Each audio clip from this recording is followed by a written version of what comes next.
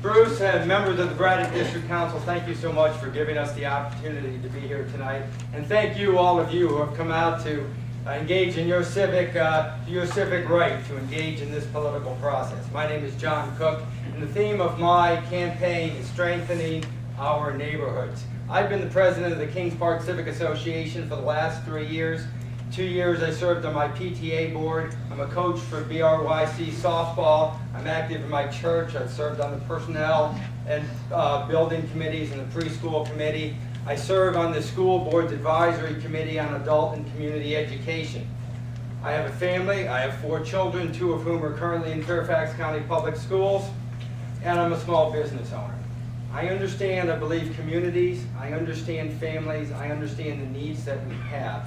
And that's why the focus on neighborhoods is the focus of my campaign. As president of the Kings Park Civic Association, I led a community revitalization effort. It was Sharon Bolivar's pilot program for her revitalization program. We engaged our community, energized our community, increased civic engagement. We increased the membership in our civic association from 380 to over 600. We had a community potluck dinner where 500 people came out to enjoy the community. We've closed down boarding houses. We've reduced zoning and property maintenance complaints in Kings Park, while countywide they have doubled in 2 years, and county officials say our program is the reason why we've had that success.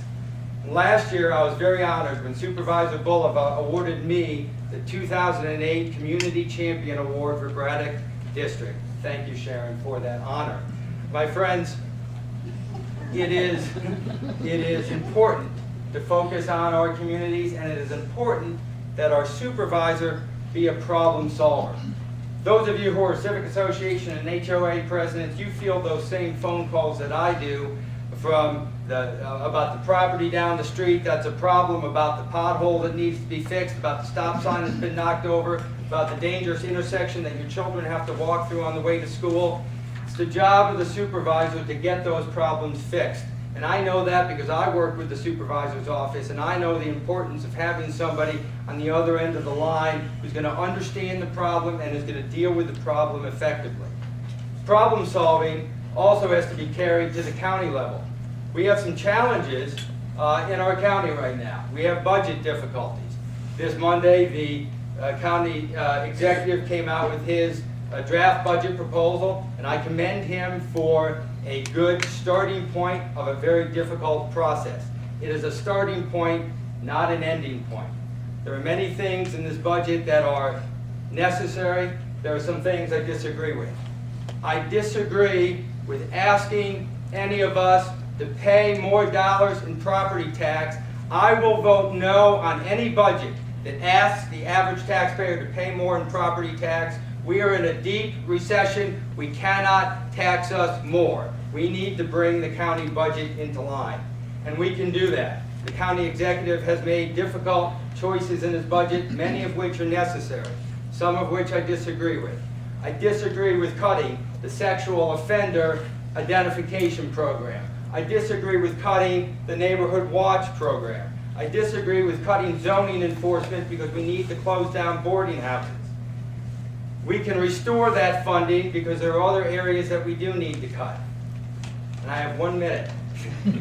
One of those areas is we're spending millions and millions of dollars to buy public housing. History tells us that government-owned public housing is a failure. It failed in the 1960s, and that's why in the 1990s, cities across this country got out of the public housing business and dealt with different ways to provide assistance to people needing housing.